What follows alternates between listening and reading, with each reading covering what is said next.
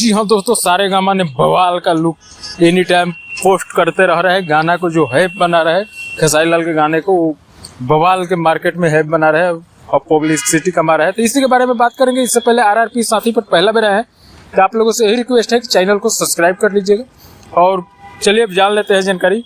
तो एल्बम का नाम होगा रोटी गरम। जी हाँ दोस्तों, रोटी गरम जो तगड़े तरीका से प्रमोशन कर रहा है सारेगामा हम भोजपुरी ने। अब कुछ नए तरीका से, यूनिक तरीका से प्रमोशन करता है सारेगामा हम भोजपुरी, और इसी नाम पे वो फेमस है और पैसा भी लगाता है गाने में एकदम फूंक फूंक के।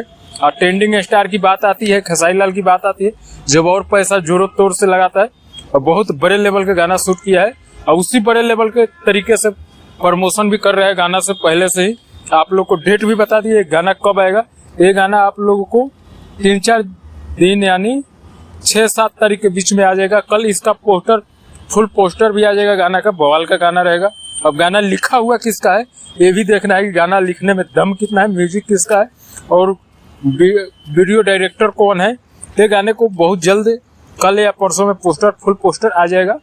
जब तक यही जानकारी था आप लोग को देना। सही समझे जानकारी कैसा लगा कमेंट में जरूर बताइएगा।